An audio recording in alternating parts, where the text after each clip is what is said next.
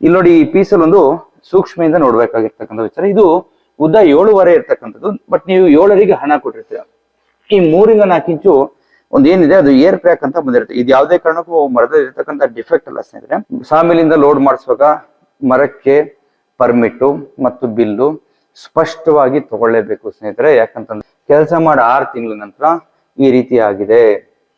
ಇದಕ್ಕೆ ಕಾರಣ ಯಾವುದೇ ಕಾರಣಕ್ಕೂ ಸಾಮಿಲ್ ಮಾಲೀಕರಲ್ಲ, ಯಾವುದೇ ಕಾರಣಕ್ಕೂ ಮರದ ಮಾರಾಟಗಾರರಲ್ಲ, ಯಾವುದೇ ಕಾರಣಕ್ಕೂ ಇದಕ್ಕೆ ತಪ್ಪಿತಸ್ಥರು ಕಾರ್ಪೆಂಟ್ರು ಕೂಡ ಅಲ್ಲ. ಇದಕ್ಕೆ ನೇರ ಹೊಣೆ ಮೈಸೂರು ಪ್ಯಾಲೇಸ್ ಅರಮನೆ ನೋಡ್ಬೋದು, ವಿಧಾನಸೌಧಗಳು ನೋಡ್ಬೋದು, ಹಳೆ ಬ್ರಿಟಿಷ್ ಕಾಲದ ಬಂಗ್ಲೆಗಳು ನೋಡ್ಬೋದು. 100 ವರ್ಷಗಳಿಂದ ಹಿಂದೆ ಅವರು ಮಾಡಿರ್ತಕ್ಕಂಥ ಬಿಲ್ಡಿಂಗ್ ಅಲ್ಲೂ ಇವತ್ತು ಕೂಡ ಮರ ಅಚ್ಚುಕಟ್ಟಾಗಿದೆ.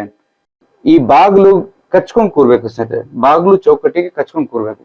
ನೋಡಿ, ಎಲ್ಲಾದ್ರೂ ಒಂದ್ ಕಡೆ ಗ್ಯಾಪ್ ಬಂದಿದೆ ಅಂತಂದ್ರೆ ನೀವು ಮಾಡಿಸಿರ್ತಕ್ಕಂಥ ವರ್ಕು ಸರಿ ಇಲ್ಲ.